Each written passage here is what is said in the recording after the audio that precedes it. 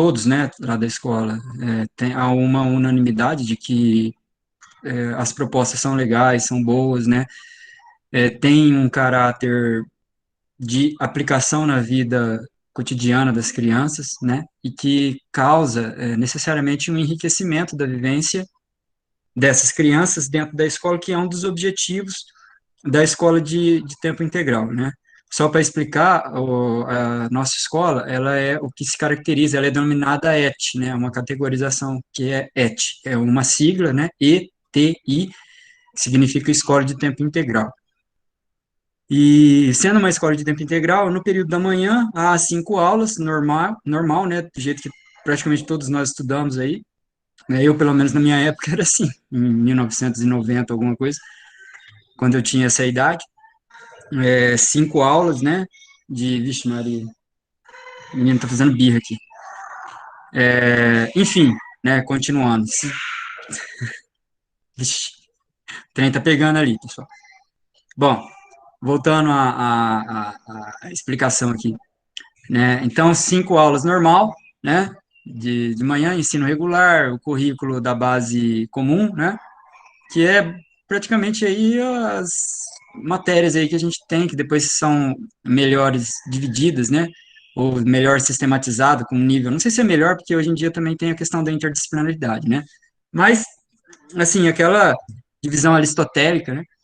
Lá do Órgão, do homem lá da Grécia, que dividia isso aí, né? Em português, né, a língua falada, né, o vernáculo, né, a matemática, e aí as ciências, né, junta tudo num lugar só, as ciências como um todo, né, que é geografia, história, etc, certo? E à tarde tem uma expansão disso aí, ok? Que é as oficinas curriculares, tá? E as oficinas curriculares, elas têm basicamente, né, a gente realiza elas através da ludicidade, certo? Enquanto um princípio norteador.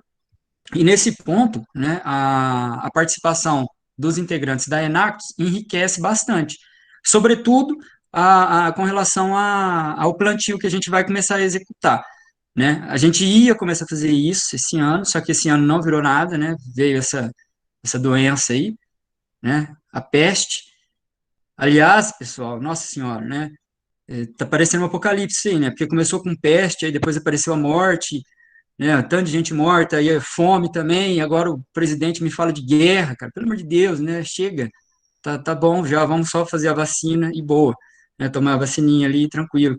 E seguir a nossa vida. O ano que vem a gente tem que fazer a nossa horta, né? E é por isso que eu conto aí com a presença e agradeço por ser convidado a participar aqui, né? Dessa reunião. Eu espero que eu consiga aprender coisas úteis aí, que eu tenho certeza que é isso que eu vou vivenciar na noite de hoje. Muito obrigado. Volta a palavra a Helena, tá? E é isso aí, pessoal. Obrigada, Henrique. Então, eu acho que é basicamente isso, nosso projeto, que é a nossa horta, enfim. Obrigado por essa introdução. Então, agora a gente pode, acho que, dar início propriamente à jornada da alimentação acessível, conversa sobre o veganismo e vegetarianismo. Então, por favor, antes da gente começar a fazer as perguntas aqui, Isabela, começar se apresentando, depois o Ricardo, um pouco sobre vocês, enfim. Certo. Boa noite, pessoal. Meu nome é Isabela, como vocês já devem saber nessa altura do campeonato. Eu tenho 25 anos, eu moro aqui em Franca desde que eu nasci, então nunca me mudei. Eu me formei em Direito, na Faculdade de Direito de Franca, e agora eu estou estudando na Unesp, estou terminando meu mestrado na Unesp, em Direito também. E, além disso, eu também sou escritora. Já tive alguns sonetos publicados, um livro de ficção. Eu amo escrever, amo ler, sou vegana e amo gatos. São basicamente as características da minha personalidade aí. Então, claro, como uma das características da minha personalidade, eu sou vegana e desde o começo desse ano eu venho falando sobre isso em um perfil do Instagram. Eu criei um perfil no Instagram, mas para compartilhar minhas receitas mesmo, que todo mundo perguntava, Mas hoje eu utilizo esse espaço como uma maneira de ajudar as pessoas aqui de Franca que querem seguir uma alimentação vegetariana, vegana. Então eu ajudo, não ajuda, né? É um meio coletivo assim a construção. Mas para indicar empreendimentos veganos na cidade, locais onde a gente consegue encontrar opções veganas, produtos veganos. E aí vai desde alimentação, né, para cosméticos, maquiagens. Enfim, eu vou sempre experimentando, o pessoal vai me mandando dicas também, eu vou postando. E a gente está formando uma comunidade bem legal aqui na cidade de Franca para falar sobre vegetarianismo e veganismo. Eu penso que na época que eu me tornei vegana, 3 anos atrás, teria sido útil encontrar um conteúdo desse tipo. A gente vai falar mais sobre isso depois. Mas, então é por isso que eu continuo firme e forte no Insta, apesar de vocês verem que eu sou escritora, estou na área de direito, eu faço umas coisas diferenciadas aí. Mas eu continuo com o Insta porque eu acho que é muito importante. Né? A gente acaba influenciando as pessoas que estão ao nosso redor. E mais sobre como eu me relaciono com o veganismo, mais para frente da conversa a gente vai falar um pouco mais sobre a transição. Então, eu só quero dizer que eu estou incrivelmente feliz por ter sido convidada e também por poder falar para vocês um pouco sobre minha vivência aqui na cidade. E, bom, acho que é isso. Bom, boa noite, pessoal. Antes de mais nada, obrigado pelo convite. Um prazer dividir a tela aí com Isabela e as outras, Bruna, Helena, professor Henrique e todos que estão assistindo. Bom, eu sou o Ricardo Laurino, eu atualmente sou presidente da Sociedade Vegetariana Brasileira. Vou contar um pouco, bem rapidinho, de como eu entrei nisso, como a Isabela disse, né? Eu virei ovo-lacto vegetariano há 30 anos, e vegano há 17 anos, numa época em que realmente era bem desconhecido o movimento, né, a ideia vegana.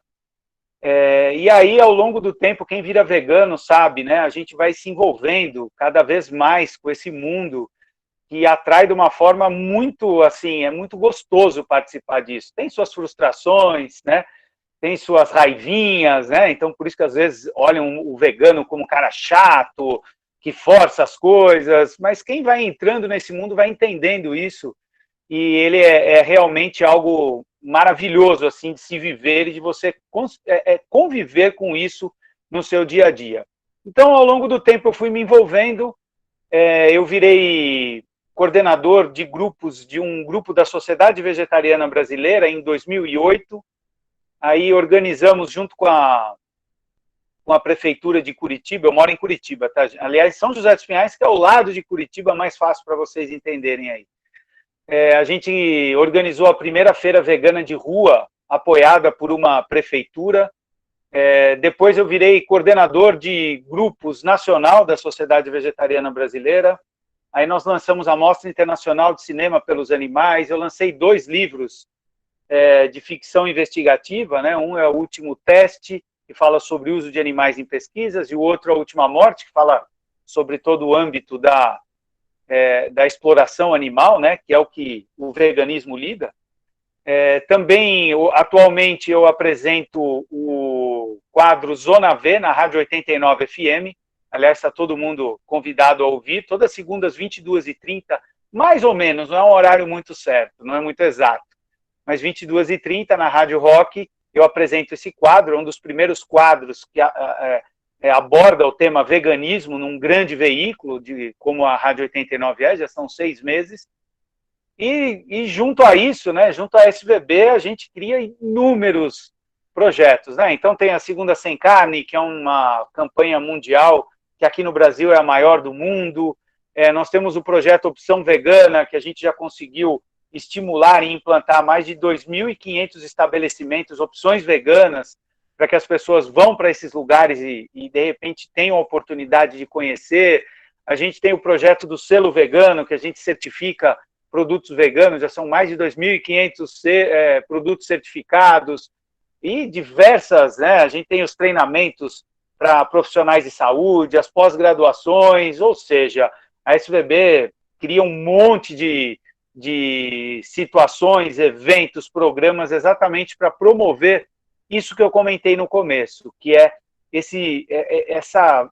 Eu não gosto muito de falar estilo de vida, porque as pessoas acham que é algo muito distante, mas essa vida vegana, né, que é algo que atrai cada vez mais pessoas e que realmente é uma tendência, fazendo com que mesmo quem tinha o nariz virado para esse movimento comece a escutar e entender que isso faz muito mais parte da vida das pessoas do que elas imaginam. E é disso que a gente vai falar aqui. É isso, me apresentei. Muito bom, gente. Você quer começar, Bruno? Não, pode começar, não tá. Então, nossa primeira pergunta, assim, norteadora, a gente queria saber sobre como foi para vocês a questão da transição, né? Qual foi a época, se teve alguma situação, assim, que foi a catalisadora, assim, aconteceu uma coisa, putz, vou virar vegana, vegetariana por conta disso, e como é que foi, né, essa transição, as dificuldades que vocês sentiram nesse momento? Eu acho que nessa pergunta talvez seja melhor o Ricardo começar, porque eu tenho certeza que vai ser muito diferente, porque para mim faz 3 anos, né? Para o Ricardo faz um pouquinho ali, um pouquinho mais de tempo. Faz um pouquinho. Então pode começar. Vamos lá, eu tive 2 momentos que a gente pode dizer que foram cruciais, mas eu sempre comento que esses momentos, eles só são o pico, né, da montanha, porque você vai construindo isso, né? Mas esses 2 momentos meus foi eu almoçando, eu tinha o costume de almoçar assistindo TV, adorava carne, tá? Adorava, eu era o churrasqueiro da família, o caçula que queria que todo mundo fizesse churrasco toda hora, ia na churrascaria e tal. E eu estava cortando um bife que eu adorava, porque minha mãe fazia especial, com o temperinho dela, eu tinha 17 anos na época, tinha acabado de voltar do colégio, ainda estava no colégio. E aí eu estava cortando o bife, eu acho que ainda tem o SPTV em São Paulo. Tem, né? É um programa do horário ali do meio-dia, eu acho que tem o SPTV. Nessa época não tinha internet, não tinha YouTube, a gente só assistia a TV mesmo, eram 6 canais, eu acho, e só tinha aquilo para a gente assistir, e estava ótimo. E eu estava cortando o bife e apresentaram um artigo, na verdade, uma reportagem sobre o aumento da produção de carne no interior paulista. E não mostrou nada demais, só mostrou, aliás, para mim é tudo, né? Mas eu digo, não teve imagem chocante, nada disso. Foram os animais pastando. E eu estava cortando o bife. E aquilo para mim foi muito difícil eu continuar. Eu parei ali mesmo de cortar o bife e decidi que não ia comer mais nada, nenhum tipo de carne. Meus irmãos estavam do lado, assim, então foi a primeira reação que eu tive foi essa, né? De tipo, eles darem risada. Eu caçula, né? Tomei uns tapas na orelha, para de ser bobo e tal, vai morrer sozinho com essa bobagem e tal. Então, acho que essas questões, eu sempre comento que quem fala assim, mas é difícil com a família, tal, vai muito mais de como você lida com os seus familiares, porque quem está propondo a mudança é você. É natural que eles questionem. Tudo que é mudança, as pessoas questionam, não gostam, viram o nariz. Então, vai muito mais de você entender que elas vão ter dificuldade de entender do que propriamente você ficar esperando que elas te peguem no colo e, que bom, que lindo. Não, não vai acontecer isso. Então, isso é algo que vai muito mais da tua percepção em relação a essa circunstância. E depois, foi o outro ponto, né, quando eu virei vegano, porque ali eu parei de comer todos os tipos de carne, mas quando eu virei vegano, e ali um parênteses, né, eu já não gostava de roupa de couro, né? Porque veganismo é mais do que alimentação. Eu depois falo durante o bate-papo aqui por que as pessoas conectam mais a alimentação, mas é toda uma postura em relação à exploração e uso de animais. Então, a consequência nossa é evitar ao máximo. Então, eu já não gostava de roupa de couro, eu já não me sentia nada bem com a ideia de zoológico, animal em circo, né? Hoje a gente vê a Xuxa vegana, eu acho maravilhoso, mas ela cantava, a gente gosta de ir no circo, ver o macaco fazendo palhaçadas, o elefante e tal, eu já não gostava daquilo, né? E aí, em 2003, eu peguei, né, caiu no meu colo o livro Libertação Animal. E esse livro é um livro que foi escrito em 1975, e assim, eu devorei o livro porque ele falava muito das coisas que eu sentia, que eu vivia, mas eu não conseguia transformar em uma ideia lógica, clara. E então, quando eu terminei de ler aquele livro, ali eu fui apresentado a ideia de especismo, da nossa relação com o meio ambiente, de que é possível, sim, a gente não comer nada de origem animal, isso traz benefícios para a nossa saúde, a questão dos testes em animais e tal. Eu me aprofundei nisso, aí quando eu fechei o livro, falei, caramba, eu tenho uma concepção completamente vegana, ali eu entendi o que era veganismo, descobri o que era veganismo e assumi o veganismo na minha vida, né? Que é algo constante, né? Algo que é uma jornada constante de aprendizado, da gente conseguir ir mais, aprender mais, lidar melhor com isso, com as pessoas. Então, acho que basicamente é isso. Sobre transição, a principal coisa que eu vou falar, gente, é isso.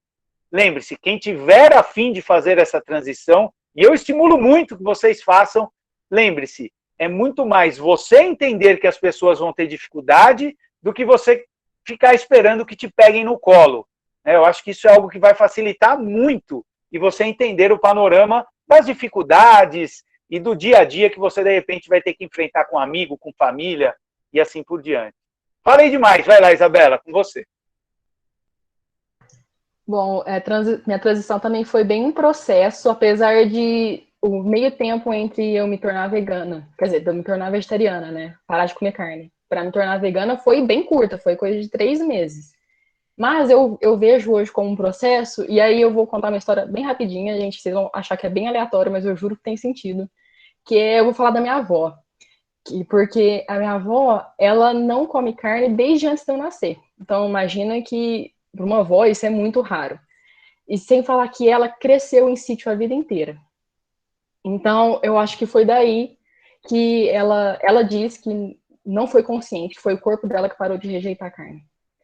Então, eu imagino que tenha sido pelo amor aos animais que ela tinha ali no dia a dia de criação, de ver os animais como pets mesmo, que a gente vê cachorro e gato, ela via a vaquinha, ela tinha, qual que é o nome? Ela tinha uma cabritinha chamada Rebeca, uma galinha chamada Cucuta, uma porca chamada Tronha. Então, acho que ela foi percebendo que ela comia aqueles seres, né? E ela falou que o corpo dela parou de aceitar carne vermelha, depois parou de aceitar frango. E aí, então, quando eu nasci, ela já não comia carne, fazia muito tempo. Então, com ela, eu adquiri essa primeira consciência, assim, do que era esse tipo de vegetarianismo, né? O ovo-lacto vegetarianismo. Que ela consome ovo e leite esporadicamente, assim. Então, eu nunca fui uma pessoa que rejeitou totalmente a ideia, porque eu tinha um exemplo ali na minha família. Então, eu sabia que a comida era boa, que minha avó estava bem de saúde. E ela também, essa visão dela me fez pensar nos animais de outra forma, porque eu sempre vivi em cidade. Então, eu era uma criança com medo de vaca, com medo de galinha. Então, foi um pouco daí que eu comecei a pensar, nossa, esses seres, eles realmente, eles sentem dor, eles sofrem. Então, eu sempre flertei com o vegetarianismo por causa disso, né? Eu via pessoas vegetarianas e eu não falava, nossa, mas você vai ficar sem comer carne? Não, eu falava, que legal, por quê? Então, a minha abordagem sempre foi diferente, apesar de que eu era extremamente apaixonada por carne. Eu era da tipo, com minha adolescência ali, que 3 dias sem comer carne vermelha, eu já estava surtando, porque eu precisava comer. Então, eu gostava muito de carne. E foi um processo porque eu sabia que, apesar de gostar, eu realmente queria chegar a esse ponto de parar de comer. Porque eu tinha essa ideia de que eu gostaria de ser como minha avó. Então, 3 anos atrás, eu estava numa fase não muito boa assim na minha vida e eu pensei, por que não? Agora. Vai ser uma maneira de mudar minhas perspectivas de vida, de me sentir útil, de aprender a cozinhar, porque eu não cozinhava nem arroz. Nunca acertei um arroz na minha vida antes de virar vegana. Eu falei, eu vou aprender a cozinhar, porque aqui em casa é carne e arroz. E quando tem feijão é luxo. Então eu falei, vou começar a levar legumes aqui para dentro de casa. E eu resolvi, então, de um dia para o outro, num dia eu estava, eu falei, vou parar de comer carne. Eu comecei, e aí nesse dia eu me lembro claramente de que eu falei, eu não vou comer mais carne, então o que eu vou fazer? Me informar. Então, eu comecei vendo um filme que tem na Netflix que chama Okja, não sei se vocês já viram. Ele é muito lindo, então foi o primeiro baque ali. E eu procurei outros documentários também na Netflix, né, em outros lugares da internet, para realmente me deparar com o que era o sofrimento animal e tomar a decisão de que eu não queria mais financiar financiar isso. Que eu queria me livrar disso o máximo possível. E aí, então, no outro dia eu já parei de comer carne e desde então nunca senti mais vontade. E eu continuei pesquisando, né, sobre a indústria do leite, sobre a indústria dos ovos, sobre vários outros ramos ali da exploração animal. E foi quando eu decidi que eu ia cortar tudo, então. E é aquela coisa, né? A família já fica desesperada, achando que você vai morrer de anemia e coisas do tipo. Mas eu me senti bem, eu comecei então a fazer uns testes na cozinha e descobri que eu sabia cozinhar e muito bem. E a partir daí, então, eu comecei a tomar consciência sobre o meu consumo para variadas outras coisas. Então, óbvio, eu não me sinto à vontade para ir em rodeios, inclusive eu sou contra, nunca compraria nada de couro hoje em dia. Sobre os testes animais também é uma coisa muito importante, porque a gente acaba nem sabendo que produtos do nosso dia a dia são testados em animais. E aí hoje o meu consumo ele é mais consciente para evitar ao máximo a exploração animal. E basicamente foi isso. E esse mês faz 3 anos. Coisa linda, meu aniversário de 3 anos de veganismo. E a gente vai falar sobre as dificuldades. Eu concordo num ponto com o Ricardo, que quando eu penso na principal dificuldade para a transição, é em como as pessoas lidam, as pessoas ao nosso redor. Então, família, amigo, companheiro de trabalho, todo mundo vai fazer aquelas piadinhas, né? E a questão da família, coitada, é que eles ficam preocupados. A informação não chega de que a se alimentar à base de plantas é saudável. E eles ficam preocupados com a gente. Então, a gente tem que mostrar que é bom, que é gostoso, que é saudável. E ter paciência. Eu acho que a comunicação ela tem que ser paciente e amorosa, não agressiva. E basicamente é isso sobre a minha transição, assim, que eu tinha pensado de mais importante para falar para vocês. E ainda, tipo, na transição, vocês sentiram dificuldade em substituir algum alimento, sabe? Tipo, não substituir, mas, tipo, de desapegar. Por exemplo, tipo, eu tenho muita dificuldade com chocolate, sabe? É um negócio que ainda tá assim, que eu fico, meu Deus do céu, eu compro um chocolate vegano, mas tem uma oportunidade ali, tô comendo, sabe? Mas... e também, tipo, fala sobre acessibilidade, tipo, no começo, sabe? Como foi para vocês... Questão de dinheiro mesmo, porque a gente tem muito essa visão, né, de elitismo e tudo mais. Quem quiser começar. Eu vou falar. Eu sempre fui muito apaixonada por queijo. A gente sabe que Franca aqui, Ricardo, vou te explicar o que é essa cidade. A gente é do estado de São Paulo, mas a gente está ali na divisa com Minas. Então é um pedaço de Minas em São Paulo. Aqui é queijo, pão de queijo o dia inteiro. Então eu sempre tive muita dificuldade porque eu comia queijo com queijo com queijo. Então foi o mais difícil, assim, de desapegar realmente. Mas eu tentei na hora, na minha transição, não pensar em substituir. Porque eu já pensei, não vai ter nada que vai substituir da mesma forma. Então eu vou só pensar que eu não vou mais comer queijo e eu vou comer outras coisas. E aí eu pensei em agregar outras coisas. E hoje em dia, claro, na época era bem menos acessível encontrar queijos veganos aqui na cidade. Hoje você se encontra bem mais fácil, né? E imagino que foi...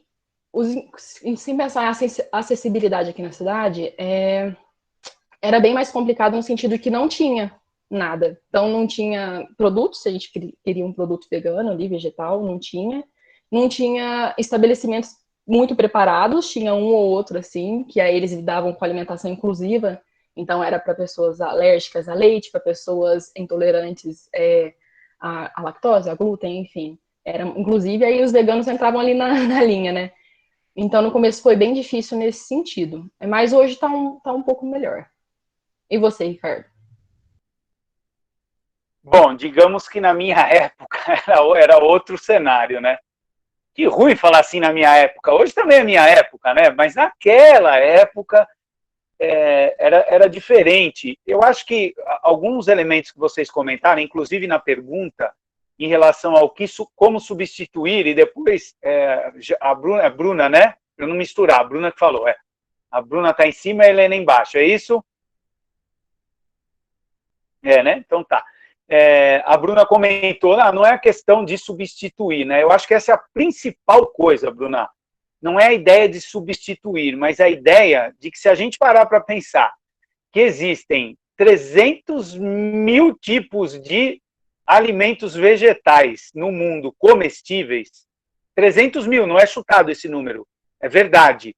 E a gente tem acesso normalmente, né, no dia a dia, na feira, entre 150 e 200, você chega à conclusão que a questão não é substituir, né? Você vai pegar um ou dois tipos de produtos, alimentos, é muito pouco isso.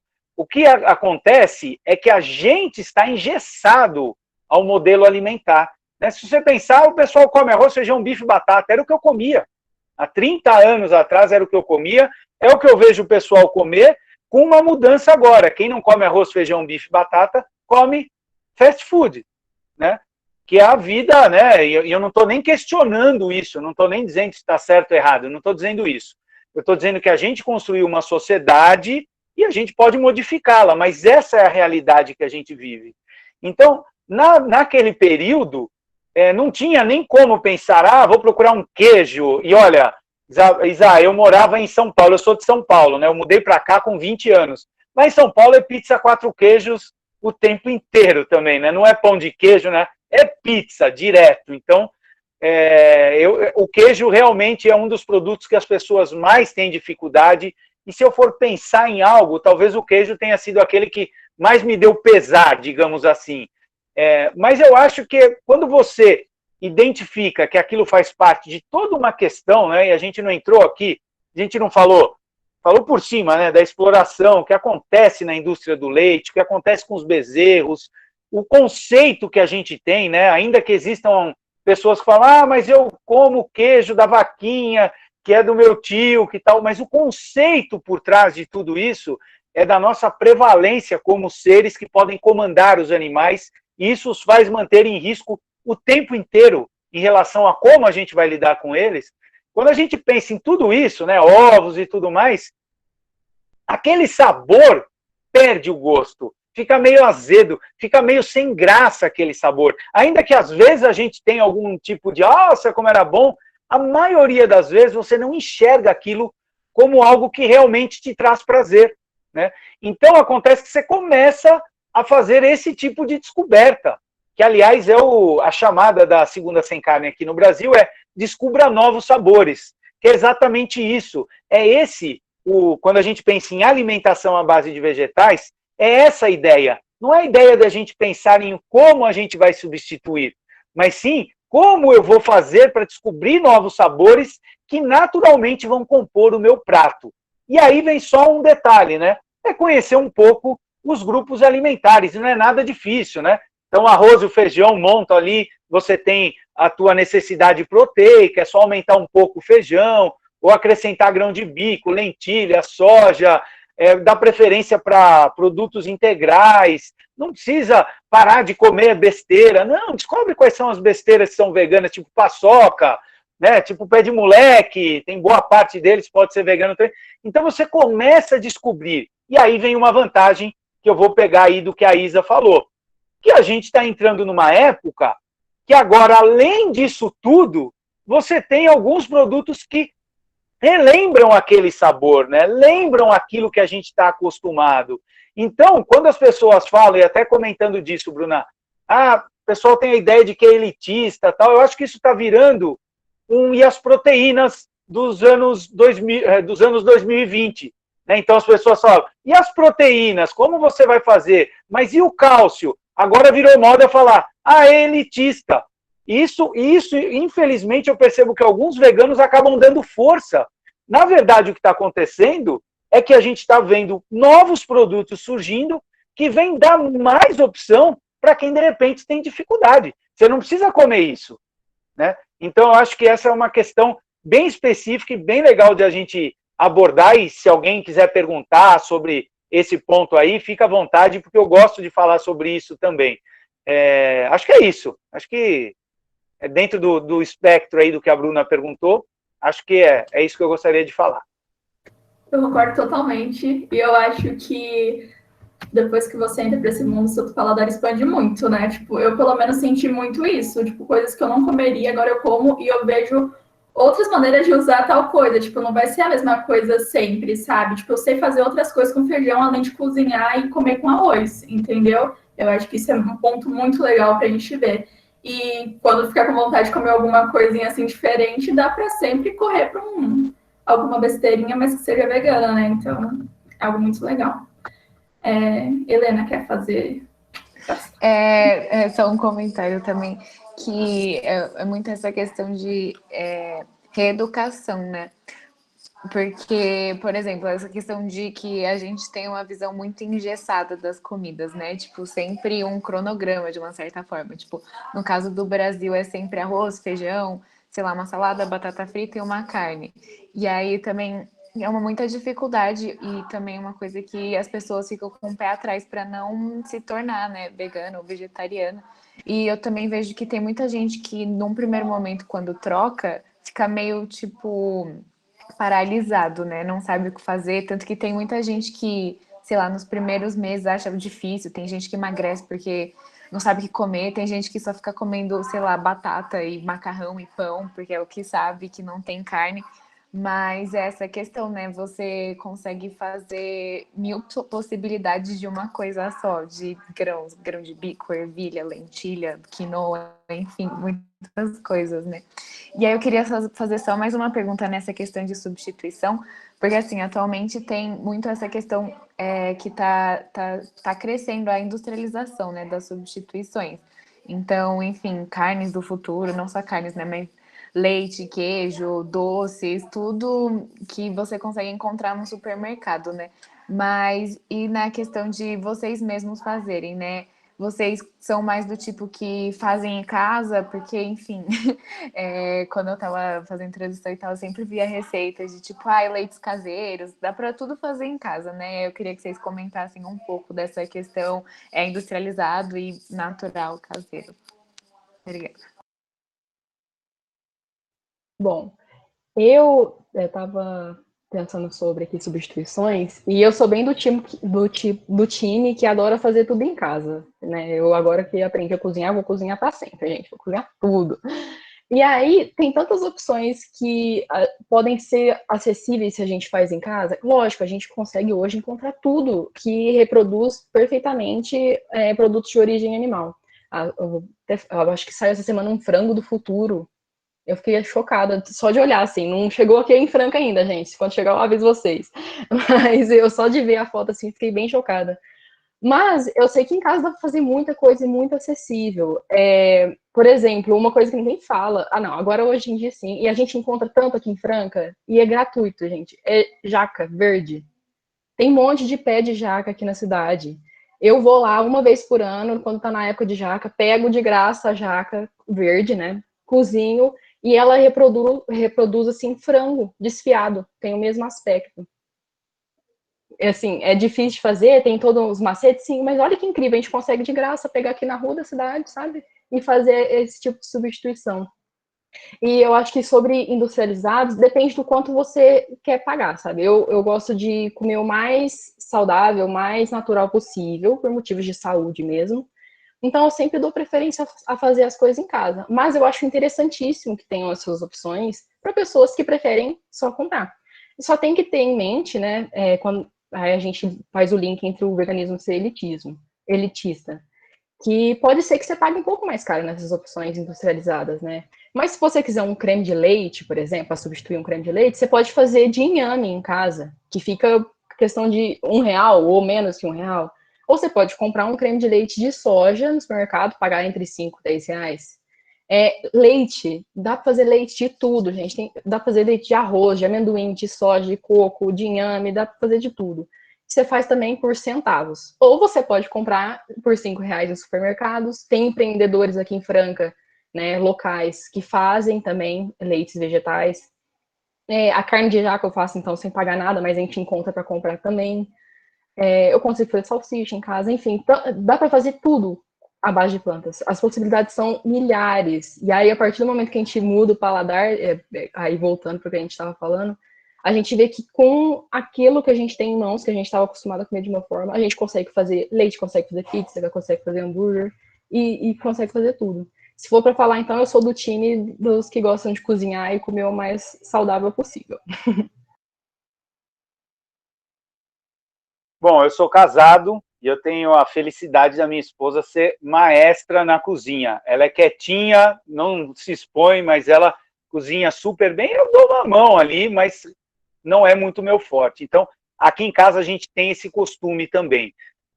Mas eu acho que essa questão do industrializado vem de encontro ao que eu comentei anteriormente, né? O industrializado pode ser vegano ou não vegano, né? Isso são questões independentes. A pessoa que vai se propor a fazer a mudança, ela tem que ter em mente que tipo de mudança ela vai fazer. Se ela vai fazer, eu vou virar vegano, mas vou manter esse modelo, eu gosto de comer fast food e tal, só que fique ligado, talvez isso não vai trazer tanto benefício para a sua saúde. E olha, eu vou reforçar, não vai trazer tanto benefício, porque provavelmente você já não tem benefício na tua saúde.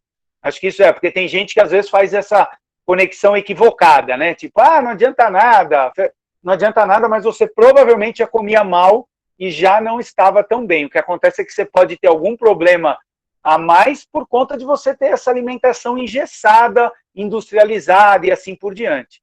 Eu acho muito bom ter os industrializados, porque a gente vive numa época em que muita gente não tem essa condição de ter o tempo de fazer, de ir lá, tal.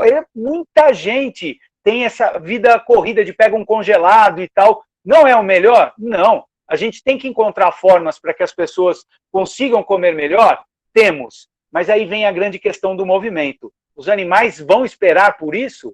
O planeta vai esperar por isso, né? Os impactos ambientais, inclusive a própria saúde, que a gente tem vários problemas, inclusive sobre a pandemia. Eu não sei nem se vai dar tempo, mas se a gente for estudar a fundo, e nem tão a fundo, porque isso está cada vez mais claro, a gente tem uma relação muito grande entre a nossa postura e a forma que a gente lida com os animais, principalmente na alimentação, e o risco de pandemias. Então, tem uma série de questões que eu acho até meio injusto quando a gente pensa que esses industrializados veganos, eles não estão vindo para ser a base de alimentação das pessoas, mas sim para ser mais uma opção, né? Então, isso é algo bem importante. E no sentido de ser elitista ou não, é exatamente o que a Isa falou, né? Alimentação pode ser elitista vegana ou não. O que acontece é que eu conheço pessoas que só comem em restaurantes caríssimos, que não são veganos, que comem lagosta, que comem... Poxa, isso é muito mais caro do que qualquer produto vegano, né? Agora, existem sim produtos veganos que estão sendo lançados, e isso é um detalhe muito importante. Quem é da área de lançamento, de produtos, empresarial e tal, sabe que qualquer produto, quando é lançado, ele tem um valor agregado de lançamento, de pesquisa. Essa é uma pesquisa profunda, né? Pô, a gente está conseguindo pegar plantas e transformar em algo parecido com carne. Né? Não é simples, pega e faz. Não. Esses produtos realmente têm um investimento agregado nele. Além de não terem os incentivos que o leite, que a carne, que os produtos agropecuários, assim, que a gente está mais acostumado a ver nas gôndolas, têm. Né? Chega ao ponto de muitas vezes. Aconteceu agora. Não sei se vocês viram, mas aconteceu agora na pandemia. Ficaram algumas produções, alguns produtores de leite ficaram com seus produtos parados. O que o governo fez? Comprou. O governo comprou essa produção exatamente para ajudar o produtor e entregar nos seus projetos esses produtos. Ou seja, quando a gente pensa em tudo isso, é até injusto falar que esses produtos que estão tentando criar uma nova condição são vistos como elitistas, como para um... Não, eles são, na verdade, a ponta de algo que está surgindo e que podem escrever aí. Vai ficar muito mais barato, vai chegar a cada vez mais pessoas e cada vez mais as pessoas vão poder escolher chegar lá no mercado e comprar os produtos in natura ou comprar os industrializados. E aí, se me perguntarem, eu falo, dê preferência para os in natura. E às vezes come ali um hambúrguer, uma linguiça vegana, tal, que vale a pena, é gostoso, e a gente curte também isso, com certeza. Viu, tem uma pergunta aqui do Henrique no chat, eu vou ler para vocês, tá? Aí, eu acho que é relacionado ao Ricardo, mas se a Isabela também quiser responder, tudo certo. Ele perguntou, como o veganismo lida com a possibilidade de sintetização de proteína de natureza animal em laboratório? Qual a sua visão sobre isso? Bom, qual é o nome dele, Bruna? O Henrique. Tá, Henrique, eu acho que isso é o Henrique que apresentou, é o professor? Então tá. Isso. Aliás, eu gostei quando o filho do Henrique lá começou a fazer a ceninha, porque o meu tá aqui do lado jogando videogame. Eu falei, daqui a pouco começa uma berraria, toma e não sei o quê. Eu falei, pelo menos o Henrique já apresentou com o filho gritando, então já estou liberado. Mas então, Henrique, eu lido muito com as questões de forma prática. Eu acho que isso é uma realidade. Não tem nem que a gente discutir, se a gente deveria ou não deveria. Vai ter, isso vai acontecer, está acontecendo. E se a gente pensar que isso pode sim ter um impacto enorme na vida dos animais, ou seja, para quem não sabe exatamente o que é que laboratórios estão desenvolvendo carne sem a necessidade do animal. É como uma cultura de células, né? Então você pega a célula de um animal e aquela única célula você começa a desenvolver e transforma isso num bife. Depois, os projetos, né? Eu acompanho muitos desses projetos, você vai ter o tipo de corte diferente. Você vai ter, já tem agora, inclusive eu acho que essa semana foi inaugurado o primeiro restaurante que serve carne de laboratório, eu não sei se é impressa. Eu acho que essa semana foi lançado, acho que em Israel, não tenho certeza quanto a isso. Mas isso é uma realidade que vai acontecer. Então, esses produtos, eles vão surgir e eles vêm exatamente igual uma carne, né, de um animal, só que ela não tem o impacto ambiental que a carne tem. Se a gente quiser, a gente pode falar sobre isso posteriormente. Os impactos são absurdos, são inacreditáveis, né? Quando a gente fala em alguns números, tem gente que fala, é mentira isso. Não, isso não pode ser, é mentira, é coisa de vegano para inventar que acontece isso. Mas é realmente um impacto absurdo que essas carnes de laboratório vão, em algum aspecto, reduzir ao máximo. Elas vão poder ser, em breve, controladas em relação a diminuir colesterol, diminuir gordura. Então, você tem vários benefícios. Agora, se me perguntarem, você vai comer? Eu provavelmente não vou comer, não tenho muita intenção disso. Pô, já são 30 anos sem, já estou acostumado a algo, mas eu dizer que eu não acho algo interessante para a gente mudar a realidade da vida dos animais, a nossa relação com os animais, e fazer com que o meio ambiente tenha um respiro em relação ao principal problema que a gente infringe a ele, que é a produção de produtos de origem animal, eu sou a favor e eu acho que é uma forma da gente ter mais um patamar de desenvolvimento. Mas, se eu puder dizer para todos aqui, caia nos produtos de origem vegetal, é saboroso demais, faz muito bem, e você não vai precisar desse. Mas se você não conseguir, como é esse de laboratório, é o que eu diria para você. Isa, se você quiser comentar algo, fica à vontade. Pode falar. Eu não ia nem comentar, porque eu, assim, compartilho de todas as suas opiniões, mas eu acho que eu vou complementar no sentido de que eu não faz tanto tempo assim que eu não como carne, mas eu não conseguiria me imaginar comendo, mesmo que não tenha envolvido nenhum sofrimento animal. Não, por questão de paladar, gente, muda muito o paladar. Só quem tá na transição, ou já tentou, ou já tá aí, sabe do que eu tô falando. Mas é uma ideia extremamente interessante, porque quanto menos exploração animal, melhor. Né? E é isso, basicamente. A Rebeca fez uma pergunta, e tem até a ver com um próximo tópico nosso, então eu já vou fazer aqui para vocês. Ela perguntou: qual vocês acham que é o nosso papel como vegetarianos, veganos, na divulgação do vegetarianismo e do veganismo acessível? Como divulgar a causa sem ser aquela pessoa chata da roda? Pode começar, Ricardo. Bola difícil eu passo para você primeiro. Tá, vamos lá. Você sabe que esse eu acho que, eu não sei se alguém me acompanha aqui, mas está convidado. Eu acho que esse é o tema que eu mais abordo, que é como a gente... Porque assim, eu sempre comento que o vegano, ele já tomou a atitude dele. O vegano não vai mudar o mundo. Essa é a maior frustração de um vegano, porque ele já tomou a atitude dele. O máximo que ele consegue é inspirar pessoas para que elas, de alguma forma, sintam curiosidade, sintam vontade e assim por diante.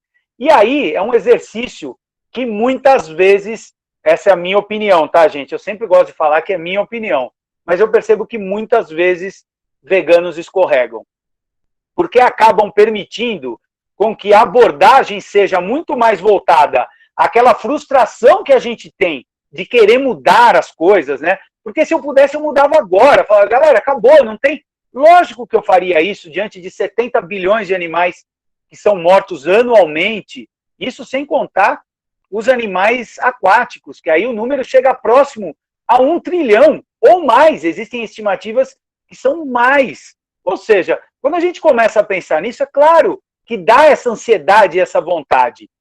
Mas quando a gente pensa que a outra pessoa não está vivendo aquilo, e mesmo que ela tenha acesso a essas informações, muitas vezes aquilo que a gente chama de o clique, né? O clique é tudo. Muitas vezes, toda aquela informação ainda não gerou o clique. A pessoa sabe aquilo. Eu participava de um grupo de estudos e tinha uma pessoa que falava algo que eu levo para a minha vida, que eu acho muito legal. Ele falava, em tom de brincadeira, ele falava, a lição a gente já sabe de cor, agora só falta aprender. É exatamente isso. Então, muitas vezes as pessoas têm acesso a essa informação, têm a percepção daquilo, mas elas não internalizam, não dá o clique. E aí vem essa ansiedade do vegano. Mas tem, olha aí vem a acusação, aponta o dedo, o cara põe o bife no prato, sabia que isso é um animal, que estava vivo, que tinha filho, ou que era filho, e ó, você é um assassino, é igual não sei o quê. Isso faz simplesmente, e esse eu digo aí, se tiver algum vegetariano, vegano, por favor, esse é o pior momento de se falar sobre isso. Só fale se a pessoa te perguntar, porque é o momento que ele vai saborear algo, e você está ali apontando. Então, psicologicamente, mesmo que a pessoa não pense nisso, o que está lá no psicológico dela? Nossa, eu adoro carne, olha, eu ia desfrutar desse momento, e vem esse veganismo chato, encher o meu saco no melhor momento. Então, isso acaba transformando algo que poderia ser leve, estimulante, um desafio, uma meta para a pessoa, para algo chato, acusador, impositor, que se, olha, vou ser sincero aqui, eu gosto de ser sincero, se eu pudesse, eu faria as pessoas mudarem na hora, mas não funciona assim. Então, a gente tem que muito mais lembrar que não é atender às nossas frustrações, às nossas expectativas, mas muito mais inspirar pessoas a começarem a viver aquilo que hoje a gente vive. Eu acho que essa é a principal coisa, esse é o principal papel. E aí quem vai no Instagram, utiliza o Instagram, beleza. Quem faz canal no YouTube, quem faz programa em rádio, quem escreve, seja lá o jeito que for, tentar transmitir essas ideias para fazer com que as pessoas, elas vivam essa inspiração, elas vivam essa realidade, e não você apontar o dedo e forçar que isso aconteça. Seria lindo se a pessoa assistisse Terráqueos. Eu acho que depois, se você puder, eu vou deixar para você explicar o que é Terráqueos, tá, Isa? Para não monopolizar o assunto. Mas seria muito bonito a gente falar, assista Terráqueos, a Xuxa virou vegana assistindo Terráqueos. Assista Terráqueos e pronto, todo mundo vira vegano. Não, eu conheço muita gente que assistiu Terráqueos e não virou vegano. Acho que é isso. Eu concordo. Eu acho que para a gente mostrar o veganismo como acessível, a gente tem que dar, seria o exemplo, né? Como pequenos influenciadores, assim, a gente consegue influenciar isso em todas as matérias, não só em questão do veganismo. Mas a gente consegue influenciar as pessoas que estão ao nosso redor. Então a gente tem que dar, seria como o exemplo. O que eu faço, por exemplo, aqui na minha família, eu vejo, né? Poxa, vai ter Natal. Em vez de eu pensar num industrializado caríssimo, e que vai reunir a família, né? Falar, vou levar um prato vegano, um industrializado caríssimo. Se eu quero mostrar que o veganismo está aqui, eu vou lá e faço um prato que seja acessível para mim, para minha tia, que minha tia vai comer e falar, nossa, eu não sabia que dava para fazer isso com a berinjela. Só, aí, tia, tem uma nova forma de fazer a berinjela. Eu acho que é a gente mostrando assim, e sempre nesse discurso paciente, amoroso, porque quanto mais a gente vai agressivo, mais as pessoas vão estar esperando para empurrar a gente de volta. Porque as pessoas, quando elas não estão preparadas para uma coisa, elas vão rebater. E isso pode acabar atrasando, assim, com que essa pessoa tenha conhecimento da causa, né? E o Terráqueos foi, inclusive, um dos documentários que eu assisti na minha transição. E, nossa, ele é brutal, que mostra várias esferas mesmo da exploração animal. Se alguém quiser, eu acho que acha na internet, no YouTube, talvez. Não tenho certeza, acha, né? No YouTube. Ele mostra as camadas da exploração animal que a gente nem tinha ideia. Ele é muito interessante, assim, mesmo que se for para ter conhecimento. Eu acho que é importante a gente ter conhecimento sobre as coisas que a gente acaba financiando, né? E acho que eu respondi a pergunta, Bruna. Sim. Então tá bom. Muito obrigada. Concordo totalmente com vocês. Acho que é muito mais fácil levar informação e comida, né? Que todo mundo gosta de comer. Aqui em casa mesmo eu vejo que, tipo, minha mãe diminuiu muito o consumo quando eu comecei a cozinhar para ela, sabe? E, tipo, ela fala, nossa, uma delícia. Tipo, eu não preciso, sabe? Tipo, hoje eu fiz um estrogonofe de palmito com leite de aveia. Tipo, quando que eu ia fazer isso na minha vida, sabe? É um negócio meio assim. E foi super rápido, então... Acho que são muitas oportunidades, levando comida um pouco gosta, porque, né? Bruna, deixa eu comentar só uma coisa. Essa semana passada eu entrevistei o João Gordo, teve a Semana do Veganismo na 89. Eu entrevistei o João Gordo e ele falou uma frase muito legal. Eu perguntei exatamente isso, né? Você acha que o movimento se comunica bem com a sociedade? Aí, diante, né, de tudo que ele explicou, tal, ele terminou, ou no final ele comentou algo assim, eu acho que a gente tem que pensar em mais informação e menos acusação. Então, isso, muito legal. E o João Gordo, que tem uma postura, quem conhece, né, uma postura mais combativa, tal, ele falar isso é porque realmente a gente tem um trabalho muito mais efetivo quando a gente tem esse tipo de abordagem. A gente tem mais uma pergunta. A Gabi fez uma pergunta muito interessante. Ela falou, eu sou mãe vegetariana há 14 anos e vegana há 3 anos. E crio meu filho de 2 anos também como vegano. Queria saber do Ricardo como ele lidou com a criação dos filhos em relação a acompanhamento pediátrico, nutricionista e ao julgamento social em escolas e convívios sociais. Bom, vamos lá. Então, eu acho que é mais ou menos parecido, né, com aquilo que eu falei. Da mesma forma, na minha transição, eu tentei lidar bem com as pessoas, né, entender que elas têm dificuldades, da mesma forma, né. Eu vou contar um caso que aconteceu com o meu filho, que eu acho que expressa bem todo esse ambiente para essa mãe. O meu filho, ele tinha, acho que uns 4, 5 anos, né, nunca tinha comido carne na vida, e aí na escola eles fizeram lá acho que era, eu não lembro se era um bolinho de carne ou um bolinho de bacalhau, acho que era de carne. E ele novinho, 5 anos, ele estava comendo a comidinha dele, ele viu e ficou com vontade. E a professora percebeu que ele deu aquela olhada, 5 anos, né? Super entendível. Falou, você quer? E aí ele acabou comendo. E a professora lembrou que ele não comia depois. Aí ela veio assustada falar com a gente, né? De tipo, olha, desculpa, eu acabei, né, ali naquele momento, eu vi a carinha dele, ele com a comida dele, eu ofereci. E aí eu falei, não, professora, imagina, eu entendo, eu agradeço a sua preocupação, agora você vai lembrar e tudo mais. Eu acho que aquilo foi muito bom para, inclusive, eu mostrar que eu era acolhedor, mas que, ao mesmo tempo, eu tinha essa necessidade de que eles entendessem essa relação que o meu filho ia ter com a comida. Mas eu fiquei querendo saber o que o meu filho tinha pensado sobre aquilo, né? E aí, quando chegou em casa, porque eu acho que muitas vezes as pessoas pensam, como você lida com as pessoas? Mas a gente tem que lembrar que a gente tem que lidar com alguém que, de repente, não pode ser que fale, eu quero comer. E aí, como que a gente vai lidar com isso, né? E aí eu falei, filho, você comeu? Aí ele, comi, pai. Aí eu falei, e aí, gostoso, né? Eu falei antes, porque eu falei, eu não vou querer ouvir dele primeiro, né? Tipo aquela frustração de pai, né? E ele falou, pai, eu achei bem gostoso. Mas tadinho dos bichinhos, né? E para mim aquilo foi, assim, um negócio que poxa, que bom que ele comeu, entre aspas, tá? Entendam aí o que eu tô querendo dizer. Mas isso eu acho que serve como para a mãe. Qual que era o nome dela, Bruna? Eu gosto de falar o nome da pessoa.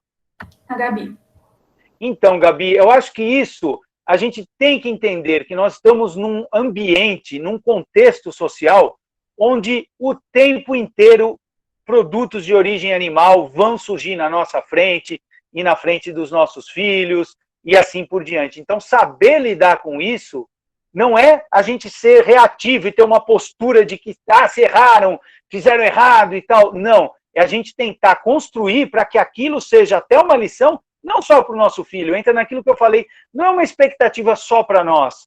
É algo que a gente pode construir para que a pessoa, quando tiver outro tipo de contato, tenha e não perceba o movimento como algo impositor e que está olhando se a pessoa está errando e fez besteira com meu filho. Muito mais do que isso é a gente entender essas dificuldades que pode acontecer e que as pessoas, às vezes, assim como a gente dá uma atenção enorme, às vezes as pessoas escapam, né? Não percebem isso. Então, é mais ou menos isso que eu dou de dica de como lidar. E um outro detalhe, com a pediatra sempre falava isso, né? Eu sempre comento com o meu filho mais novo, gente, porque a minha filha mais velha, ela chegou em casa com 7 anos, então ela não teve esse crescimento de bebê. Mas desde que o mais novo teve com a pediatra, ela sempre falava assim, nossa, que menino inteligente, que bonzinho, que bonitinho, ai, como ele tá saudável, mas falta um vermelhinho. Ela queria dizer, tipo, que era proteína vermelha ou sangue, alguma coisa assim. E eu falava, olha, vai ficar faltando, na brincadeira. Ela era excelente pediatra. Ele vai ter que virar daltônico, doutora, porque não vai ter vermelhinho. Entro na brincadeira, né? E aí, quando ele fez 10 anos, todas as consultas ela falava isso. Né? Mas, de uma forma, eu não quero dizer que ela era ruim, não, muito boa pediatra. Mas, nesse aspecto, ela tinha essa ideia de que, aquele medinho, né? Será que vai faltar alguma coisa? Vou ver se eu consigo falar isso para o pai.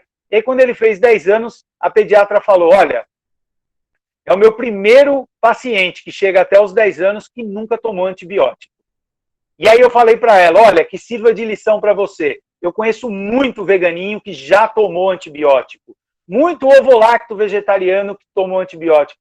Ser vegano ou ser ovolacto vegetariano não significa você estar livre de doença. Então não ache que todo vegano vai ser assim. Mas leve em consideração de que é possível, sem o vermelhinho que você sempre me falava.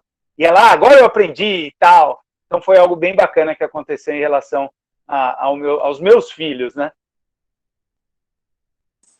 Vou aproveitar sua última fala em relação à pediatra, né, para fazer outra pergunta que também está aqui no nosso script, que é em relação à reposição tanto de nutrientes, vitaminas, que é visto também como um tabu, né, para as pessoas que estão de fora, que acham que, você parou de comer carne, então você, sei lá, não tem mais B12, você não tem mais proteína, você não vai ter mais uma vida saudável, assim, né?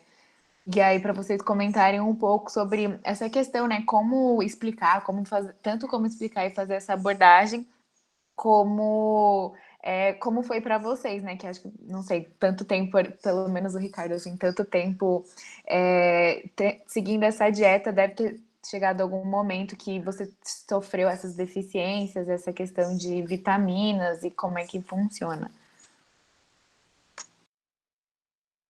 Isabela, fala você primeiro sobre as tuas, e aí eu completo, tá? Tá bem. Você sentir à vontade, só para Claro. a gente fazer esse ping-pong. Acho que vitamina B12, duro que eu não sei quanto vocês conhecem ou não, eu vou falar de modo breve, quem já souber só... A vitamina B12, ela é uma vitamina que hoje ela não é presente, assim, nos alimentos. Ela é presente em carne e ovos, mas porque tem uma suplementação dos bichinhos. Então, eles são suplementados e aí a gente come a carne, então é meio que uma suplementação indireta. Tem estudos que mostram que enquanto 50% dos vegetarianos têm deficiência de B12, 40% das pessoas não vegetarianas também têm deficiência de B12. Então, é de se pensar que tem ali talvez uma deficiência generalizada que independe da alimentação. Mas, de qualquer forma, eu fui fazer, logo que eu me tornei vegana, eu já fui fazer os exames, e meus níveis, eles estavam médios, eles não estavam baixos, mas também não estavam muito altos. E, inclusive, eles estão no mesmo nível que o da minha mãe, porque a gente começou a suplementar juntas. Ou seja, apesar dela ela comia bem mais carne do que eu, né? Então, apesar dela comer bem mais carne, ela também precisa, a gente suplementa até hoje, né? A gente toma uma dosinha diária. nós suplementamos juntos a B12, porque a gente tem os níveis mais ou menos os mesmos, assim. O que me levou a pensar que não é só por questão da alimentação, né? Ela está conseguindo subir agora porque ela está suplementando, e eu também. Quanto ao ferro, que é outra preocupação das pessoas, eu suplementei por um breve período, porque eu tomei uma dose maior de B12, mas foi um breve período, meus níveis estão ótimos de ferro, eu dou sangue a cada 4 meses e também nunca tive nenhum problema. E eu acho que a única coisa realmente que mudou nos meus exames quando eu me tornei vegana foi o meu colesterol, mas é de uma maneira positiva, porque antes de eu me tornar vegana, meu colesterol estava muito alto para alguém que tinha 22 anos. E o meu colesterol bom o ruim estava muito alto e o bom estava muito baixo. E aí eu fui fazer os exames 4 meses após a transição e foi absurdo como tinha revertido os níveis. Então, até hoje, eu consigo manter níveis ótimos de colesterol, do colesterol bom, e o ruim super lá embaixo. E minha experiência, então, basicamente, com suplementos é isso. Eu estudo muito para buscar a maximação? Não sei qual é essa palavra. Mas para absorver o máximo possível de nutrientes, a gente consegue fazer jogos ali de alimentos, combinação de alimentos. Então falam, né, quando você comer um feijão, que é rico em ferro, adiciona uma fonte de vitamina C, que ajuda na absorção do ferro. Assim, o mundo da nutrição vegetariana, eu acho que nutrição em geral, mas da vegetariana, que foi o que eu já estudei, sempre tem essas diquinhas para a gente conseguir aproveitar o melhor dos nutrientes e as vitaminas de cada alimento. E basicamente minha experiência, então, nesse sentido, foi isso. Bom, eu gosto de abordar isso sobre 2 aspectos, assim, né? O primeiro é que as pessoas têm a ideia equivocada de que é possível ou é normal se ter uma alimentação do dia a dia e você não ter determinadas carências ou deficiências de determinados nutrientes ou vitaminas. Como assim, Ricardo? Você está louco? Não é possível, a gente come. Isso aí você está inventando. Eu vou mostrar para vocês que é real isso. Todo mundo come iodo via sal enriquecido. Todo mundo. É obrigatório no Brasil você ter o sal iodado. Por quê? Porque a gente tem baixos níveis de consumo de iodo. Então, no sal é obrigatório. Mas só isso? Não. Todas as farinhas, todos os pães que vocês comem são enriquecidos com ácido fólico e ferro. Por quê? Exatamente porque a alimentação do dia a dia, eu não sei aí, a gente poderia até fazer um estudo lá de trás, mas eu acho que é meio uma ideia meio romantizada de que é possível ter uma alimentação perfeita e tal. Nada é perfeito, a gente não anda em linha reta exata se a gente olhar, a gente não tem os pensamentos perfeitos, a atenção perfeita. A alimentação é a mesma coisa, a gente não consegue ter. Então, é natural que determinados nutrientes apresentem maiores dificuldades. A Isa comentou sobre ferro, todas as mulheres têm que tomar um cuidado extra, porque o ferro se perde via sangramento. Então, as mulheres, em seu período menstrual, elas têm perda de ferro. Então, é muito comum a gente ver mulheres que tomam cuidado com a alimentação e tal, e aquele homem que não está nem aí. Isso aí é meio machista, né? Dá até para dizer que é meio machista. Mas o homem não está nem aí, e o ferro do cara está normal, os níveis de ferro. Não é machista, tá, gente? É brincadeira, isso é uma piada bem ruim, mas não é. Estou dizendo que... Aí quando você olha a mulher que toma cuidado, tem uma alimentação regrada e tal, quando você vai olhar, os níveis de ferro dela estão lá embaixo. Porque às vezes ela tem um fluxo menstrual maior. Então, são questões que a gente não deve avaliar por esse prisma, que é a mesma coisa que eu falei lá do, é elitizado, e as proteínas, isso, aquilo. São formas de encontrar alguma ponta para dizer que, essa alimentação, então, não é tão boa como você diz que é. Não, não é perfeita. Ela pode ser melhor. Os estudos mostram que, os maiores estudos mostram que os maiores motivos de morte no mundo são AVC, problemas cardíacos e câncer. Os 3 maiores motivos de morte no mundo. Os 3 têm risco diminuído. Não é que a pessoa vegana não vai ter nada disso. Não. mas diminui o risco desses 3 motivos de morte, que são as principais. E se a gente pensar pressão alta, se a gente pensar diabetes, vários outros também reduzem. São benefícios que a gente tem. Agora, a questão da B12, a Isa comentou, muito legal isso. Muita gente, não são todos os animais que recebem essa suplementação, mas cada vez mais os produtores suplementam, não só B12, alguns nutrientes que os animais têm dificuldade, muito por conta da alimentação ser uma alimentação via ração, então não é natural, por conta do estresse que esses animais vivem, então eles têm problema digestivo muito maior. É só pensar você, quando você está vivendo em estresse, a gente não fica mal, mais fácil de pegar uma doença, não tem uma absorção legal, uma digestão bacana. Isso acontece com 70 bilhões de animais que são utilizados para consumo. Então, eu falo, sim, eu suplemento B12. Eu, depois de 5 anos, tive a minha B12, foi lá no chão. Eu tive que suplementar meio que urgente, porque eu comecei a sentir, né? Quando você tem B12 baixa, você começa a sentir um pouco assim, às vezes você tem um lapso de memória, então isso acontece. E eu já vi pessoas que comem carne que tem isso e não sabem que é por conta de B12.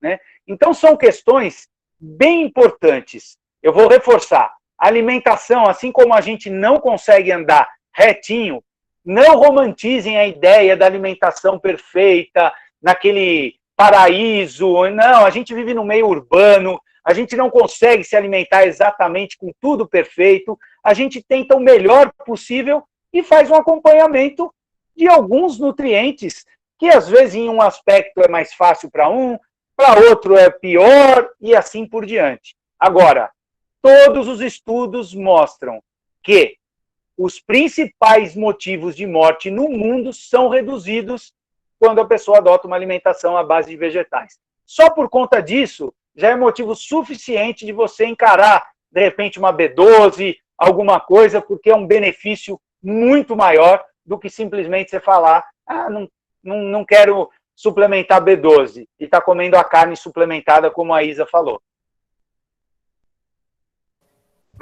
Legal, gente, muito obrigada.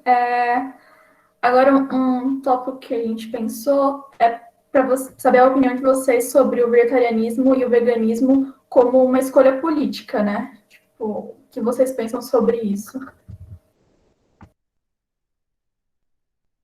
Quer que eu comece, Isa?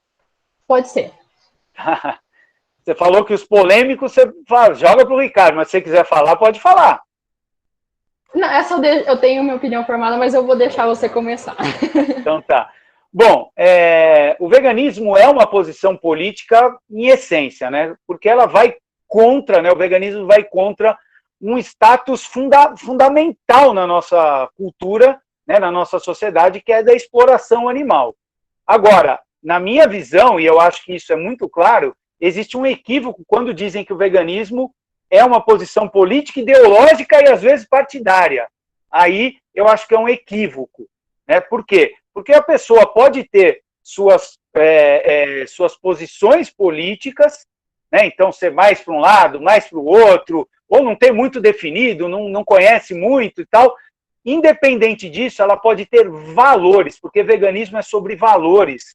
Então, sobre os valores que a gente tem em relação à forma que a gente lida com os animais, a forma que a gente lida com o meio ambiente, a forma que a gente lida com a saúde, tanto nossa quanto das pessoas. Então, nesse aspecto, a gente pode pensar que qualquer ideologia pode agregar esse tipo de valor, e se esse valor for agregado, o desenvolvimento daquela ideologia vai levar em conta esses valores, ou pode não agregar. E aí independe de qual visão política partidária que a pessoa ou o grupo tem. E eu percebo que muitas vezes há essa dúvida, né? Ou essa visão de que o veganismo é uma determinada postura política, partidária, ideológica. Isso, para mim, é um equívoco e muito fácil de você perceber quando a gente visualiza dessa forma.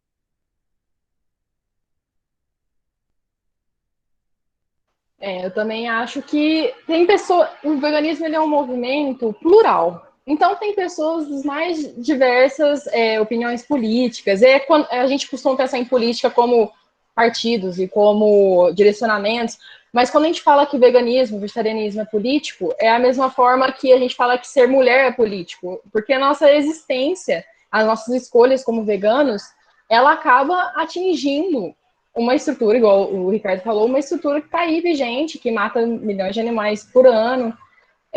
Então, toda forma da gente se posicionar contra um sistema ali predominante é político. E o vegetarianismo e o veganismo não é exceção a essa regra. E, bem, é bem isso que eu acho.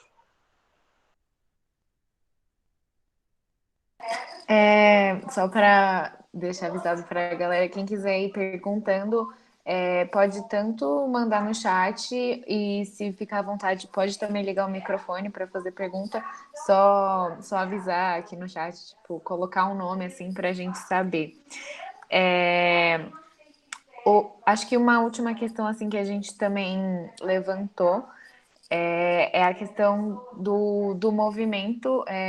Recentemente, né, nos últimos anos, ele vem crescendo muito, né, não só aqui no Brasil, mas, enfim, em vários lugares, não só como uma dieta, mas como você disse, por exemplo, ideias como segunda sem carne, ou não necessariamente segunda, algum dia sem carne, esses movimentos, as atividades, assim, esses eventos que estão sendo criados, tá tendo aderência, né, o pessoal tá fazendo e tá aumentando.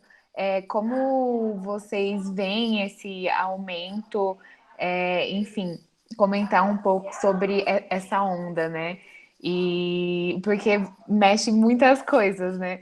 Enfim, é basicamente isso.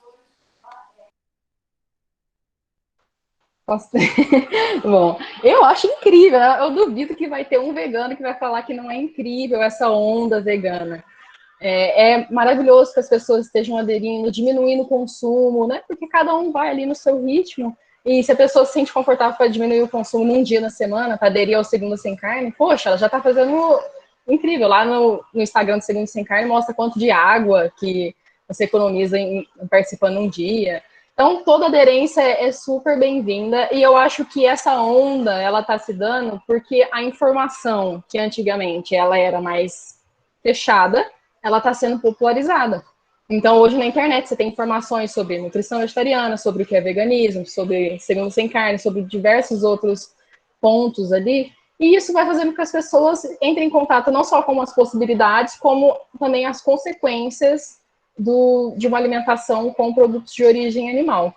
Então, quando as pessoas costumam falar que o veganismo é elitista, né, para desqualificar, talvez a informação ela fosse muito elitista. Eu não acho que ela seja tão elitista hoje em dia, porque ela vem sendo difundida aí na internet. É só ver o boom que está dando o veganismo.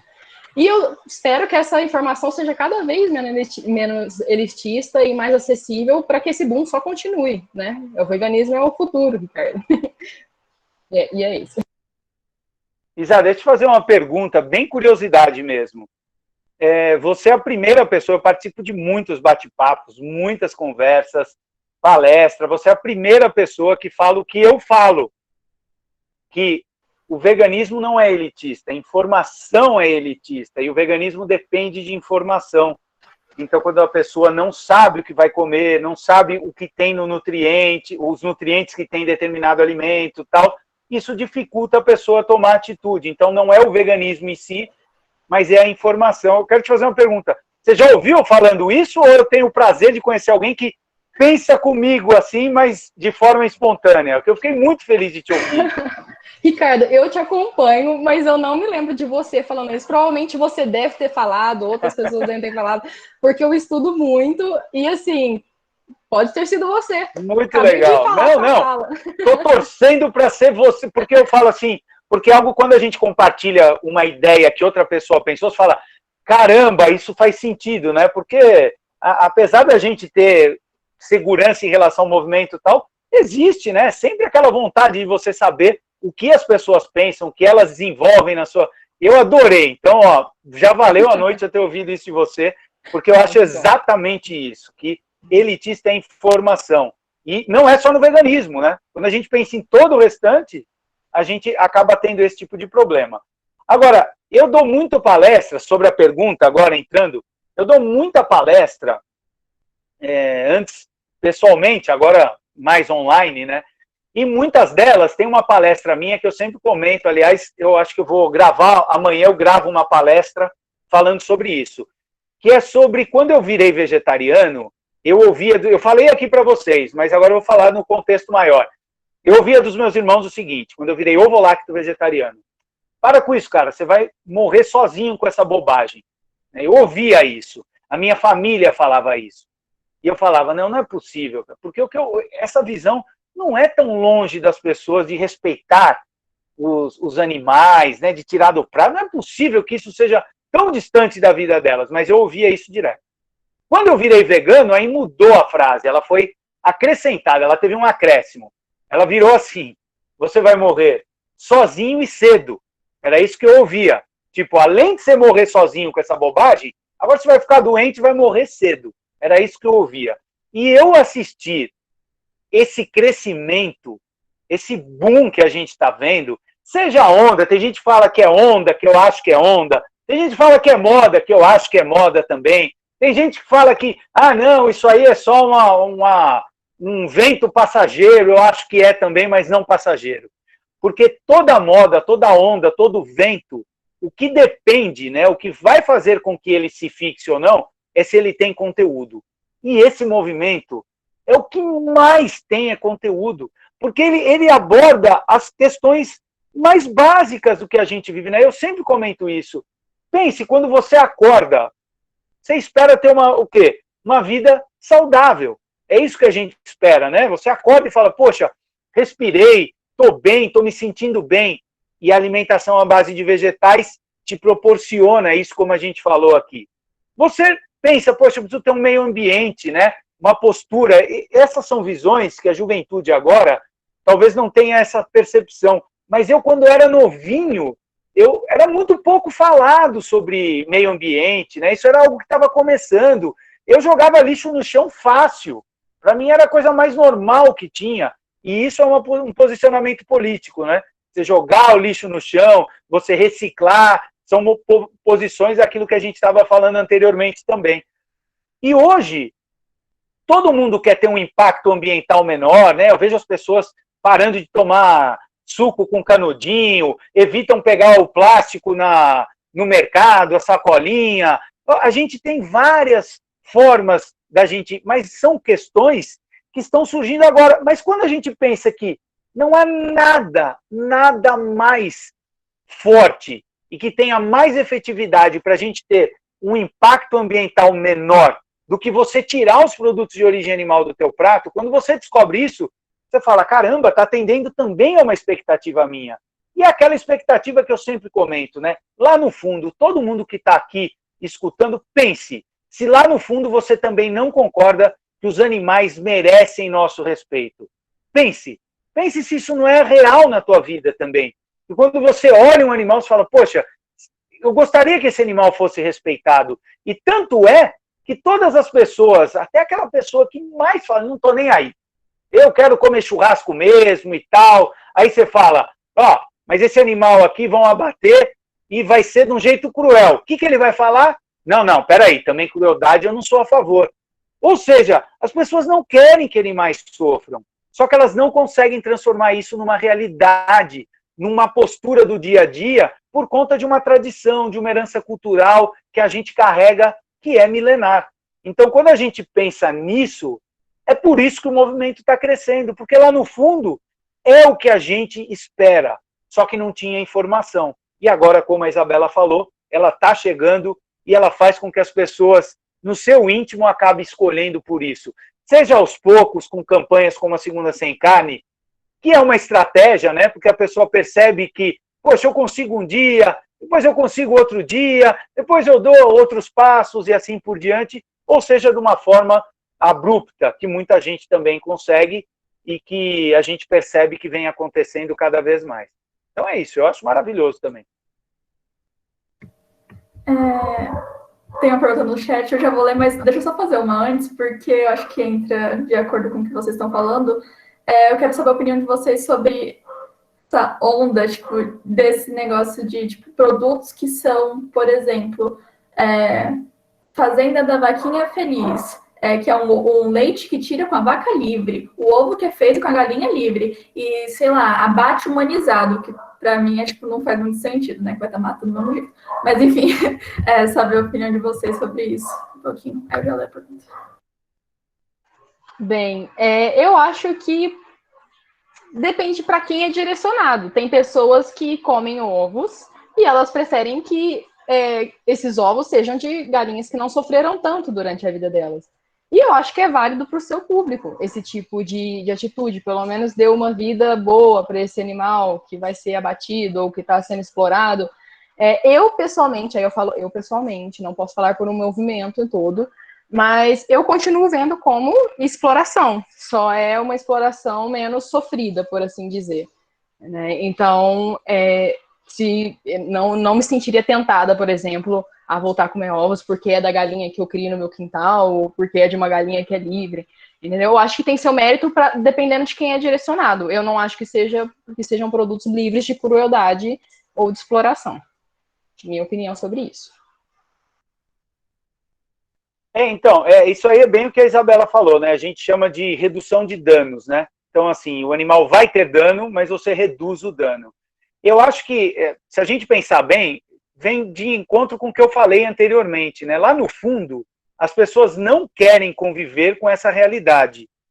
A indústria percebe isso, então entra numa engrenagem perfeita. A pessoa quer ser enganada e a indústria cria mecanismos para a pessoa se sentir confortável com aquela situação. Ainda que isso eu esteja falando de uma forma meio negativa, e desculpa se alguém achou, se sentiu meio atacado por eu ter falado isso, eu vou minimizar isso. Isso vai de encontro ao que eu comentei, que lá no fundo a pessoa quer sim, ela sabe que os animais não merecem ser mortos, não merecem viver esse sofrimento, não merecem ser explorados. Só que a tradição, aí entra a questão dessa tradição milenar, a herança cultural, faz com que essas duas ondas se choquem, né? Então você tem a onda da mudança, que é essa mudança de realmente é isso, os animais não merecem isso, o meio ambiente está sendo destruído, eu posso viver bem sem isso, eu posso dar passos para os animais terem um respeito maior, mas por outro lado vem a tradição, a herança cultural. Não, a gente come carne, sempre foi assim, e o nosso almoço em família, então isso acaba chocando e acaba que a indústria percebe isso e transforma num produto que tenta atender a esses dois lados. Então faz parte dessa, como é que eu vou dizer, desse, entre aspas, mal-estar que a gente detectou de como a gente lida com os animais e que a tradição tenta segurar e que faz parte também dessa inércia que normal é interessante isso, eu sempre falo que é uma contradição. A gente tem a tendência a ter uma inércia de se manter daquele jeito, mas ao mesmo tempo é fato que a gente se transforma. Então ficam duas ondas contraditórias se batendo, e é por isso que a gente tem essas situações, Bruna. Mas concordo com a Isa, né?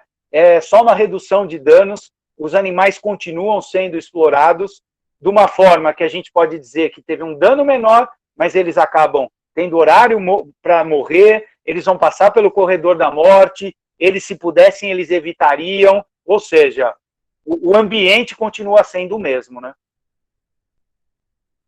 Sim, é exatamente isso.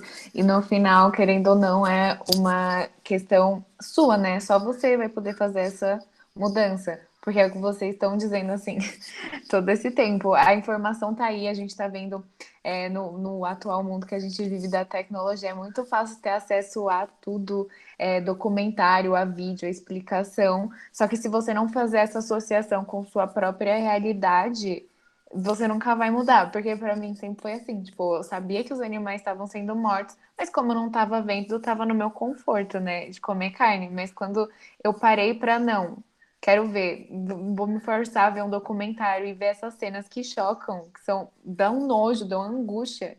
Então, pera, se eu tô sentindo isso, né, alguma coisa não tá certa, não é mesmo? Mas, enfim, era só um comentário particular. E tem aqui, eu vou fazer a primeira pergunta da Bárbara, que ela fala sobre a questão da transição. Está perguntando se vocês acham que tem algum tempo válido para realizar a transição, porque no caso dela, ela está há 2 anos diminuindo o consumo de carnes, e a família dela também está fazendo isso. Ela faz no mínimo uns 3 dias sem carne por semana, mas ela está achando lenta esse processo de transição.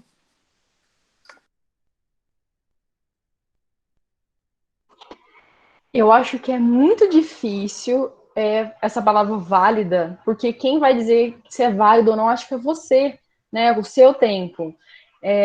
Você colocar na balança e pesar, nossa, eu queria estar indo mais rápido, então vai mais rápido, né? Corta todos os dias da semana. Ou se você acha que ainda não está preparada, tá válido, sabe? Você tendo a informação e tendo em mente onde você quer estar, é muito difícil que pessoas venham te apontem que você está lenta, que você não está fazendo o seu melhor. Se você está fazendo o seu melhor, é válido. É muito difícil disso depender de outra pessoa para te falar, né? Mas se você se sente encorajada para diminuir ainda mais o consumo, então bora lá, que eu tenho certeza que não vai faltar conteúdo para te ajudar nessa transição, que se está te incomodando por estar lenta, tem que vir do seu próprio incômodo, nesse sentido. É muito difícil a gente falar assim do seu tempo, porque se você tem essa vontade de diminuir, é porque você tem consciência da exploração do sofrimento dos animais, mas começa para você. Qual seria o tempo válido para que você lidasse com isso? Sabe? É mais um conselho mesmo, eu não consigo te falar se é válido ou não, não tem um tempo válido, na minha opinião. Não, eu acho difícil a gente apontar isso para as outras pessoas. Para mim foi válido 3 meses parar de comer carne para parar de comer todos os derivados animais. E 1 dia para parar de comer carne. Mas tem pessoas, igual você, que ficam anos, tem pessoas que ficam meses, e acho que isso varia. É bem isso que a Isa falou. Não tem muito o que completar. Eu só estimularia. Vai lá, se você está perguntando isso, Bárbara, vai lá, aumenta. Eu sempre comento que uma forma de você dar uma esticada é você se propor a cumprir metas. Sabe aquele negócio de, eu vou ficar tanto tempo, eu estou assim, agora eu vou tentar dar uma esticadinha. Crie metas. Isso faz com que a sensação de perda se transforme em vitória, em conquista. E aí você vai se sentindo mais animada e mais encorajada, usando o termo da Isa, a fazer esse processo ficar mais acelerado. Mas eu acho, quando as pessoas perguntam isso, eu sempre acho que está cutucando lá. Então, sinta isso e vai no teu tempo, mas tenta dar uma acelerada. Eu sempre falo isso. Vai no teu tempo, mas dá uma pisada no acelerador que você consegue dar uma esticada nisso. Tá? Olha lá, ela já se motivou. Boa, Bárbara! Muito legal, gente. Eu, de novo, concordo totalmente. Falar, tipo, só mais um comentário, porque ano passado, eu, tipo, no final do ano, decidi fazer a segunda sem carne, né? Aí eu fazia direitinho. Aí minha meta para o ano novo era fazer, tipo, 1 dia só com carne. Tipo, não vou comer carne nenhum dia, só 1 dia. Aí depois, tipo, lá para, sei lá, abril, eu parei totalmente. E aí você vai se engajando, e aí você quer cortar cada vez mais as coisas, sabe? Aí, tipo, hoje eu já me vejo cortando muito mais coisas, tipo, de derivados e tudo mais. Até meu querido chocolate, tipo, eu tento sempre fazer doces veganos e tudo mais, que, tipo, tem muita possibilidade, gente, juro. Você entra no YouTube, entra no Instagram, tem tanta página que ensina receitas maravilhosas e fáceis, e até umas mais sofisticadas, se você quiser, tipo, uma coisa mais elaborada e tal. Então, tipo, é incrível. Dá certo, hein, Bárbara? Vai dar bom. Posso dar uma dica, Luna? Só um minutinho. Bárbara, aqui é uma dica meio capciosa. Evite entrar em grupos do Facebook, porque isso, olha, muita gente acaba frustrado, porque acaba que esse distanciamento que as pessoas têm, a gente sabe, acaba que as mídias sociais são maravilhosas, mas acaba que muita gente acaba apontando o dedo, acaba sendo acusador e tal, e eu já vi muita gente se desestimular por conta disso. Então, é uma dica que eu dou porque você está com dúvida. Quem está tranquilo, quem está firme, tudo bem, vai lá e vai surfar numa boa, vai debater com alguém, vai ficar com raiva de outro, se curtir essa ideia, mas se a pessoa está meio, e agora eu daria essa dica, evite, porque tem gente que acaba não tendo esse acolhimento, esse cuidado, e a gente não sabe, né? Cada um está vivendo uma situação, uma realidade, não dá nem para acusar, mas é pensando mesmo na tua saúde psicológica, mental, e você se manter encorajada sem o dedo apontando, tá? Legal. Tem mais uma última pergunta. A Cláudia perguntou: há casos na medicina de uso de válvulas biológicas, normalmente de porco, para cirurgia cardíaca. Há estudos que possam substituir também esse tipo de uso? Então, como vocês veem, sabe, os animais sendo usados? Isso está sendo desenvolvido, né? Eu não vou saber especificamente sobre isso. O que a gente sempre comenta é que o veganismo, o movimento tem noção do contexto em que a gente vive, né? Então, por exemplo, a ideia do veganismo é tirar, na medida do possível e do praticável, toda e qualquer exploração em relação com o uso de animais. Por que tem esse cuidado da gente falar na medida do possível e do praticável? É porque não é só o veganismo, mas várias questões em que a gente não gostaria de fazer parte, o contexto em que a gente vive, a realidade social que a gente vive, acaba dificultando. Então, por exemplo, eu posso estar aqui, não vai acontecer, tá, gente? Mas eu estou aqui, de repente, sofro um acidente. Aí vem aqui a ambulância. Eles vão utilizar medicamentos, técnicas todas que foram desenvolvidas e utilizadas com animais. O que acontece, o que a gente diz, é que existem cada vez mais grupos estudando formas de se evitar esse tipo de coisa. Mas aí vai uma crítica pessoal minha, que inclusive no livro Último Teste, eu tenho ali, eu expresso, que é o seguinte: enquanto a gente não tiver uma ruptura, ou não digo uma ruptura total, mas a gente cortar realmente incentivos, estímulos, para que esses métodos de utilização, né, de desenvolvimento de medicamentos ou técnicas continuem utilizando animais, o que vai acontecer? A gente vai ter bilhões e bilhões de dólares, que é isso mesmo, né? São bilhões e bilhões de dólares nessa indústria, sendo utilizadas no ambiente em que se explora animais, e a gente lutando por alguns milhões de dólares, que já ajuda, né? Porque antes não tinha, mas para desenvolver outros métodos. Então, o que acontece? A gente tem um sistema lento de desenvolvimento disso. Então, o que a gente defende é que não é que você abandone tudo que a gente já desenvolveu. Aliás, a gente já desenvolveu, eu sempre comento isso, né?